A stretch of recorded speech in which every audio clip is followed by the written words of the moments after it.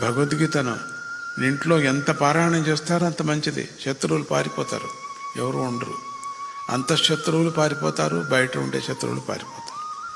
భగవద్గీతకు అంత శక్తి ఉంది. అన్ని ఉపనిషత్తుల సారమే భగవద్గీత, అన్ని వేదాంత సారమే భగవద్గీత. వేదాలు అక్కర్లేదు మీకు, ఉపనిషత్తులు అక్కర్లేదు మీకు. భగవద్గీత నేర్చుకుంటే చాలు, అది నోటికి వస్తుంది అంటే చాలు. మీ అన్ని కష్టంలో నిద్ర రానప్పుడు, అప్పులు బాధ అయినప్పుడు, ఇంట్లో గొడవలైనప్పుడు ఒక్క భగవద్గీతని మీరు ఒక అధ్యాయం చదవండి. ప్రతి ఒక్కరూ చదవాలి. మీరు కేవలం ఏదో గోల్డ్ మెడల్ తీసుకున్నాం, ఫోటో వేసుకున్నాం, గోడకు వేసుకున్నామని ప్రశ్న అంతటితో కాకూడదు. గోడలో ఉంది మా ఫోటో, స్వామీజీతో వచ్చాం, తీసుకున్నాం, మెడల్ తీసుకున్నాం.